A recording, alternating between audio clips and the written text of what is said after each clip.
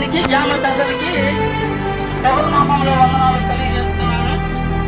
ఈ సమయంలో ఒక మంచి వార్త చెప్పడానికి వచ్చి ఉన్నాను. ఏంటి వార్త అంటే, ఒక భక్తుడు ఈ రీతిగా సెలవిస్తున్నాడు. ఓ ప్రజలారా, ఓ భూమి మీద నివసిస్తున్న జనులారా, ఇదిగో మానవుడు ఒక హృదయం చెడిపోయిందట.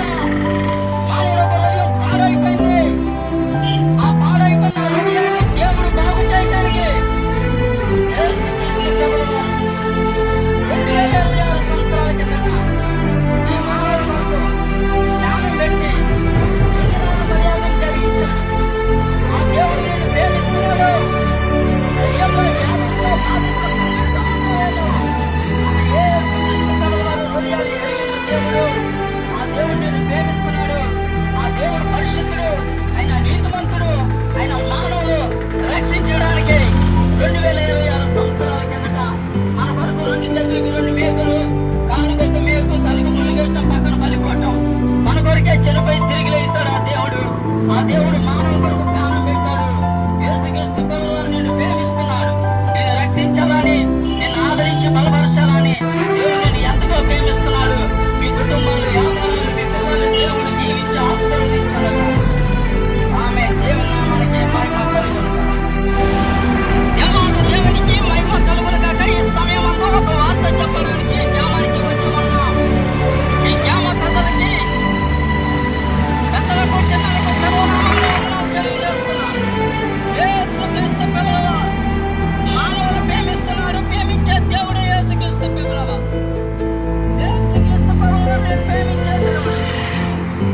యేసు నిన్ను రక్షించే దేవుడు. మానవుల హృదయం పాడైపోయినవి, పాడైపోయిన హృదయాలు బాగు చేసినవాడు యేసుక్రీస్తు ప్రభువు. మానవుడు జన్మతో కరంతో పాపం కలిగిన వాడు.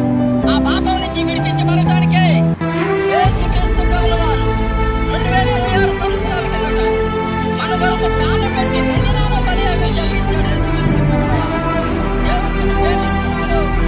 పరిశుద్ధుడైన దేవుడు నిన్ను ప్రేమిస్తున్నాడు. ఆయన నజరేయుడైన యేసు మానవుల హృదయం పాడైపోయింది. పాడైపోయిన హృదయాన్ని యేసుక్రీస్తు ప్రభువు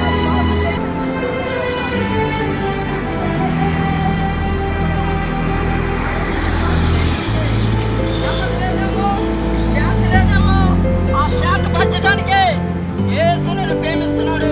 ఆయన నిన్ను రక్షించును, ఆయన నిన్ను ప్రేమించును. ఆ ప్రేమించిన దేవుడు వద్ద దగ్గరికి వస్తే దేవుడు నిన్ను దీవిస్తాడు, ఆశీర్వదిస్తాడు, పరలోక రాజ్యానికి వారసులుగా ఉంచుతాడు.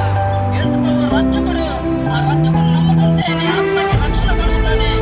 ఆత్మకి రక్షణ కలిగితే పుణ్యలోకమని, స్వర్గమని వెళ్ళాలి అంటే, ఆ పరలోకంలో వెళ్ళాలి అంటే, పుణ్యలోకానికి వెళ్ళాలంటే, పరలోకానికి వెళ్ళాలంటే, వైకుంఠంకి వెళ్ళాలంటే, ఆ పాపం మీద పరిశుద్ధం నమ్ముకుంటే పరలోక రాజ్యానికి వెళ్తారు. ఆ పాపం నేను దేవుడిని ప్రేమిస్తున్నాడు.